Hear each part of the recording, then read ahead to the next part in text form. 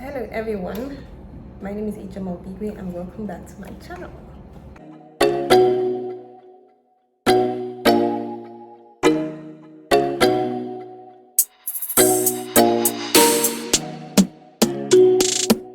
So on today's episode, I will be talking about divorce with what has been currently going on in the country. Marriage is a bit shaky, so as lawyers, we tend to have, well, it's really from the female, from women, reaching out to us, wanting to know how to file for a divorce in court.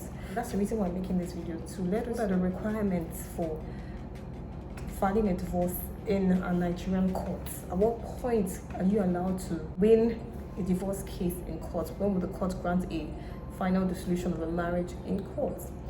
Okay, so let me just lay a foundation for this. I remember many years ago, there's this court attachment that we normally would do when you're in law school. So I remember when I was on the court attachment assigned to a magistrate court at that time. I had a particular neighbor. Her husband had been living abroad for many years. I knew her very well, a very lovely, homely, warm lady. I knew that they were married, but I knew that he was in Holland at that time, was living outside the country. But this lady was living alone, and well, she hadn't given birth at that time. So after I had been attached to that court, the magistrate court, we had access to some of the cases that she was working on at that time, cases that had been brought before her at that time. And somehow, I don't know if it's providence, but one of the cases, that had been brought before her in that particular court, was a case involving this lady, that's my neighbor, and her estranged husband. Apparently, because they had been living apart for many years, she went to the court and filed for a dissolution of her marriage. Of course, when I saw it, I was a bit heartbroken. I was sad. I'm wondering, what are the circumstances that would have led, to this filing in court for a dissolution of her marriage? What are the things that she would have considered to say, hey, I'm no longer interested in this, I want to move on with my life? I knew for a fact that the husband only showed up once in 3 years, 2 years, and all of that. And considering the fact that not every woman's body is the same, so what are the chances that he's around when she can or be able to conceive? Because I'm not sure that, I never saw him stay up to more than a month or 3 months and stuff like that. And at that time she was quite mature. Although they were legally married, there was some gist and story on the fact that that he already had a wife abroad, but of course there was no way we could tell. So maybe she found it. I don't know. I'm not endorsing that. There is no way that I could have known. But all I knew that in the court that I was attached at that time, I saw her file, and she had filed for a dissolution of marriage. I just laid that foundation, let you know that these things are real. People are coming to court, filing to move on with their lives, to dissolve their marriage on different factors. But this entire video is to let you know there are certain facts within the Matrimonial Causes Act. That's just the law that guides and governs dissolution of marriages and other matrimonial causes. Within the matrimonial causes, the law has laid down 8 facts or 8 grounds on which a person can file for a divorce, and it's on these 8 grounds that a court would hear and actually dissolve a marriage. So I'm going to share with you in a bit 8 grounds that anyone should consider before coming to court, knowing that these are the things that the court would consider. Sometimes the court will actually strike out a case. If it doesn't hold ground, if there's a collusion, and I'm going to talk to you about that in a few minutes. First things, if you're considering filing for a dissolution of marriage, the first thing you need to do is to approach a lawyer, a divorce lawyer, your attorney, but you need to speak with a lawyer. A lawyer is going to let you know if your grounds are solid enough, what the facts are, and which of the facts are strong enough to give you the solution that you are seeking for. The court is not sentimental. The court doesn't deal with emotions. The court would take the facts that you bring before it to determine what the judgment would be. So the first thing, like I said, is to speak to a lawyer. Speak to your lawyer. Let your lawyer advise you. Of course, brief the lawyer on all the facts, before you, what's happening in the marriage, what the issues are, what you're not happy about, if you feel abandoned, you feel rejected, and all that, then you'll give you the best advice, or, then you take it from there. Okay, so moving on, the eighth fact or the eighth ground that the court would look at to determine the dissolution of a marriage. The first thing is the court would consider hearing a case where the respondent, now the petitioner is the one who's filing for the divorce, and the respondent is the defendant. I mean, the person who the petitioner wants to be divorced from.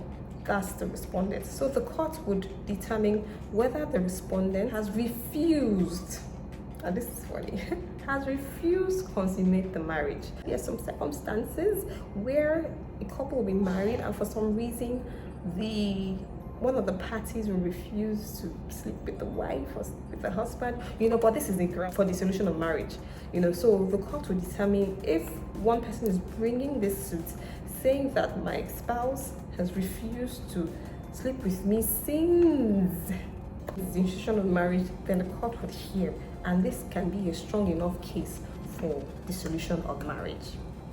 From the 4th to the 7th or to the 8th deals with abandonment, really, where the respondent, has been away from the petitioner from upwards of a year, for 2 years, 3 years, 7 years, and even to a point where the respondent is taken as dead. So in cases of abandonment, there's some women that come with these cases showing that their husbands abandoned them, abandoned their children for so many years, refused to acknowledge paternity, refused to take care of the wife, refused to live with them. The courts will hear such cases, and these are grounds on which the courts may decide to dissolve any of these marriages under these circumstances. So if that's your case and you believe that it's a reason why you want to, move on and actually get a dissolution or file for a divorce, these are the grounds and facts that the court will look at to determine whether you have a strong case or not. Because and why is it like this? The reason why the court will determine this fact, because the court would frown at any form of collusion. So it's not enough for someone to say, okay, it's my right, I married this person and I'm not interested in getting married anymore. No, remember, when a person gets married legally, before the court, this marriage is actually binding with the court. This marriage can only be dissolved by the court. The court has to dissolve that marriage before any of the parties can actually remarry. Right. So, in dissolving this marriage, the person who wants the marriage dissolved has to prove the facts, and that's the facts that I'm sharing with you. You have to bring facts to show that there are reasonable grounds for dissolution of this marriage. And I said that the first thing is refusal to consummate the marriage. The person petitioning has to show that the respondent has refused to consummate, and by consummate I mean refused to have sex with the petitioner, and this is a ground for dissolution of marriage. And I said that from the 4th to the 8th ground is actually abandonment, where the respondent has deserted the petitioner for upwards of a year, 2 years, 3 years, 7 years, and to the extent that the petitioner is made to believe that the respondent is dead.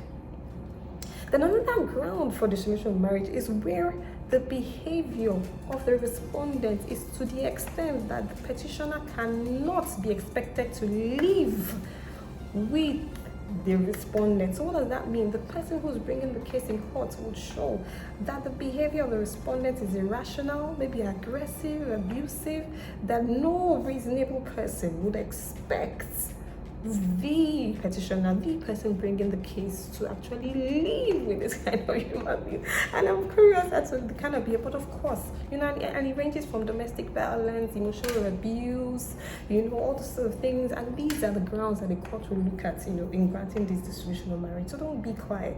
If you're in that place where you know that this behavior that you experience in your marriage is irrational, is something that you can't live with, this is one ground the court will hear to grant you the dissolution of that marriage. right? So look at the facts, ensure that you give all the facts. You have to write them down, you know, share every single detail with your lawyer, because we need this information. That's the arsenal that we'll have to show the court. And of course, proof is very important. So if it's a case of abuse, aggression, you know, pictures would be good to show, you know, circumstances, if it's threats, are there messages, are there communications to that effect. Every single thing will be used, you know, as evidence before the court. So everything is important. That if you're going to show that there's some level of aggression or abuse, know for a fact that your grounds have to be solid. Whatever grounds that you're coming with, dissolution of your marriage has to be solid, backed up by enough evidence for the court to grant you the dissolution that you're looking for and everything else that comes with it. Right, so all the information that you need to share, everything you need to that's currently happened, every single detail has to be shared. The petitioner has to prove that at the point of bringing the case to court, that the marriage had not yet been consummated, that there has not been any collusion of any kind. So what the court is trying to prove, you know, in some circumstances where people marry for a particular cause, and when the cause is achieved, they head their certain ways, either to commit crime, either to cheat the state, you know, maybe because they want to help the other person get nationality in a particular country. She wants to see that this is real, that these people were legally married for a good cause, and the marriage has broken down irretrievably. So that's what the court is about. It's focusing on determining who are the people who really should file for and get a divorce, you know. And so these are the grounds that we should be looking at. So first things first, like I said, speak to your lawyer. Your lawyer will explain everything to you. You give the facts to the lawyer. The lawyer will brief you, advise you on what your stance should be, if you have any at all. Note that this video is not by any means encouraging divorce. This video is not to endorse divorce, not to encourage it. But what I'm saying is, if there is a ground for it, dissertation, abandonment, refusal to consummate, you know, aggressive or domestic abuse of any kind, you know, so if there's a ground for it, and you know that something isn't done, some sort of harm, either emotional or physical, can come to either party, then it's important that you speak to him. Don't keep quiet. You know, let your lawyer advise you on what to do. If you have any questions, have any comments, you can leave it in the comment section below. I'll be able to address them. You know, thank you so much for watching this video. If you haven't subscribed to my channel, please do. And if you found this video very enlightening, hit the like button, share it, save it so you can refer to it another time, or share with someone you know who should find her way or his way out of that marriage and doesn't know how to go about it. I'm sure this video will be a starting point for them, so that they know what actions to take in the interim, or what actions to take right away. So do someone a favor, share this video with them, let them know that they're not alone in this. You can speak to a lawyer who's going to advise them on the best line of action to take at the moment. Thank you so much for watching. I look forward to seeing you in the next video. Let's do this again. Bye.